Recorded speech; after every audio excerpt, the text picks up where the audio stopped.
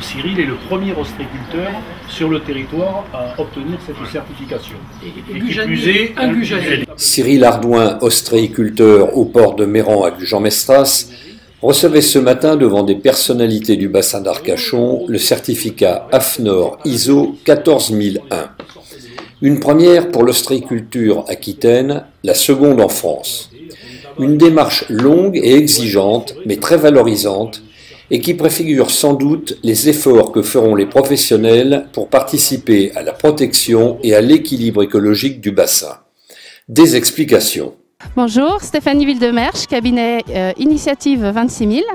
Je suis ici au comité régional conchylicole Aquitaine Arcachon pour la remise officielle du certificat ISO 14001 de Cyril Ardouin, ostréiculteur à Gujan-Mestras.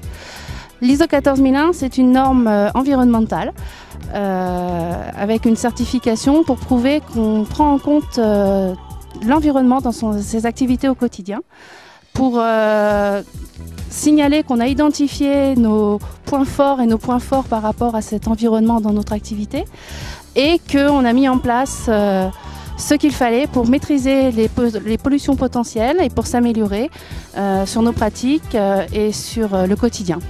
Bonjour, je suis Cyril Ardouin, je suis ostréiculteur sur le port de Méran de Gujan-Mestras.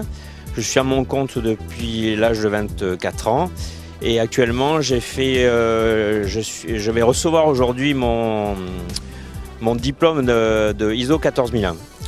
Alors, ce qui implique dans mon quotidien en fait cette norme, c'est que je surveille tous mes indicateurs en fait dans mon travail, c'est-à-dire je contrôle en fait mes consommations de gasoil sur mon bateau, sur mes véhicules.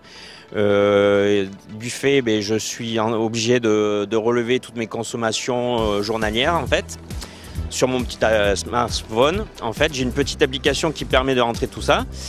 Et je contrôle aussi l'électricité de mes bâtiments, la consommation d'eau salée, d'eau douce. Et en fait, à chaque fin de mois, je rentre toutes ces données dans un tableau qui sont les indicateurs et qui me permettent tous les 6 mois à peu près, on fait avec ma collaboratrice qui me gère au niveau ISO 14001, on fait un petit résumé et où on regarde où on est bon ou on n'est pas bon.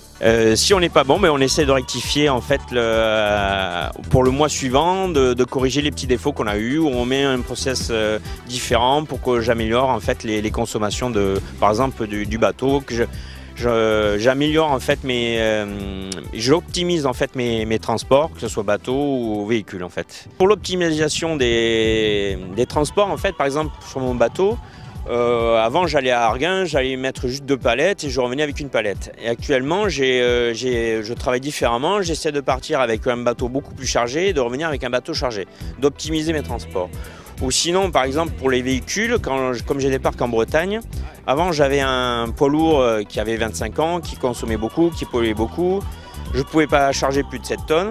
Donc je me suis mis en relation avec un collègue qui travaillait là-bas et j'ai dit voilà, je vais acheter un camion beaucoup plus récent, on peut mettre 14 tonnes de charge utile dedans pour optimiser mes voyages et qu'on partage les coûts de transport.